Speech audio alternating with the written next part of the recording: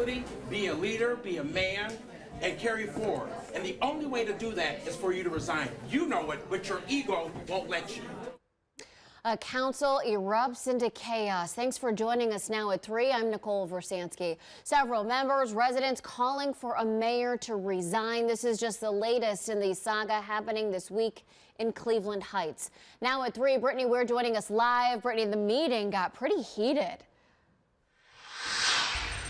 Nicole, heated might be an understatement. Tensions have been high all week long here in Cleveland Heights after accusations of anti-Semitism against Mayor Khalil Sarin and his wife. And just a few hours ago at that emergency city council meeting, it all boiled over with an outburst from the mayor and people continuing to call for his resignation.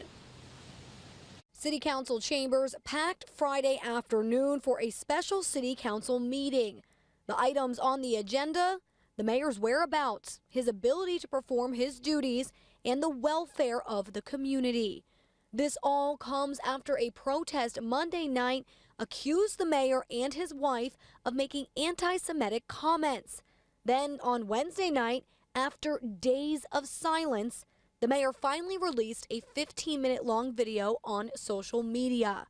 Council President Tony Kuda said that was the first time anyone from the city had even heard from the mayor that week. Kuda said he texted Mayor Sarin but never received a response. He even had the police do a welfare check at the mayor's home. This led the council president to start the meeting on Friday by talking about the mayor's whereabouts and what council should do if the mayor is not available.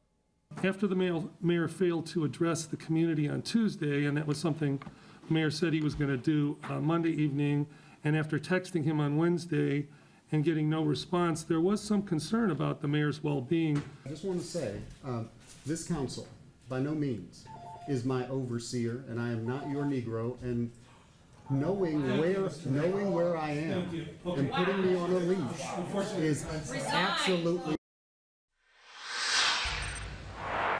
And the meeting ended without council being able to get through that full agenda that they had planned for today. But coming up at 4, hear another argument the mayor gets into at the end of that meeting, and he finally addresses our cameras after days of requests. Live in Cleveland Heights, Brittany Weir, 19 News.